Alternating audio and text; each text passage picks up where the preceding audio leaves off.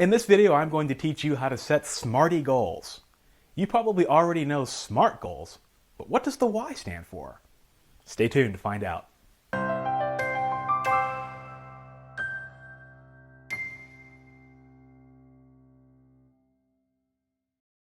Are your goals SMART? You know, are they intelligent? SMART goals are the hallmark of good goal setting, successful people, and crazy growth. If you set SMART goals, you'll be a happy person. But there's another letter missing from the acronym that we need to address, because if you miss this one, your entire career might fall apart. But first, let's talk quickly about what SMART stands for by using a common example that I hear from writers all the time. S is for specific. I'm going to become an author this year is not specific. I'm going to write and publish a novel this year is. M is for measurable.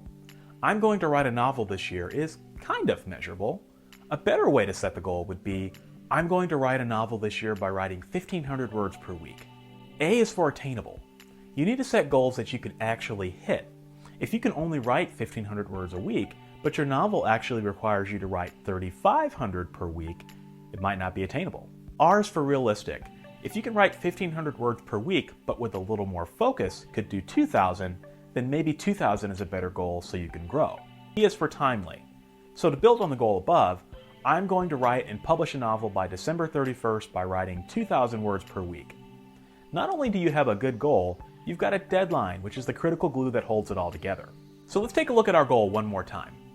I'm going to write and publish a novel by December 31st by writing 2,000 words per week. That's a fantastic goal. But do you know why it's fantastic? This is where the last letter Y comes in. Y stands for your control. Okay, I had to manipulate the acronym a little bit, but here's why this is important. Only set goals that are within your control. You should only be making goals that you and only you can act on. Writing X number of novels is completely within your control. You either write X number of novels or you don't.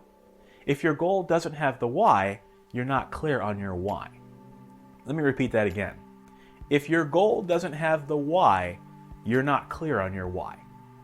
Here's an example of a deceptive goal that seems smart, but is actually dumb.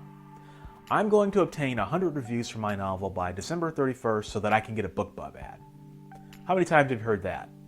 Let's break this one down play by play so you see what I'm talking about. So the question is, how are you going to obtain 100 reviews? You have to query reviewers, and they're probably not going to accept every request you send them.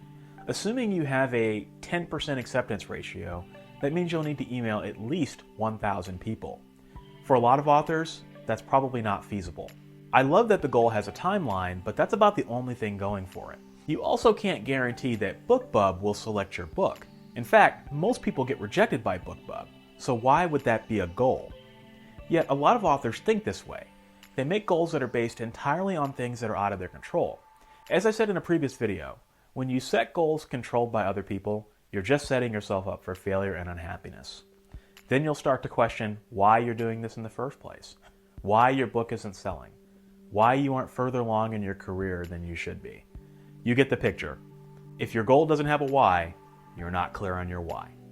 So let's change this goal a little bit in order to make it SMART-Y.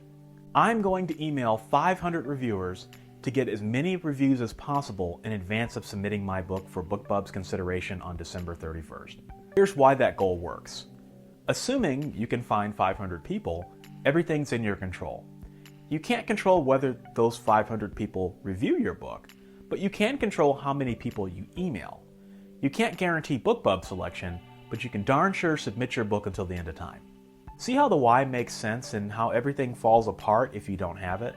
So the next time you set a goal, make sure it's SMART-Y. You'll never forget that why ever again. If this is your first time watching, I'd love to have you subscribe.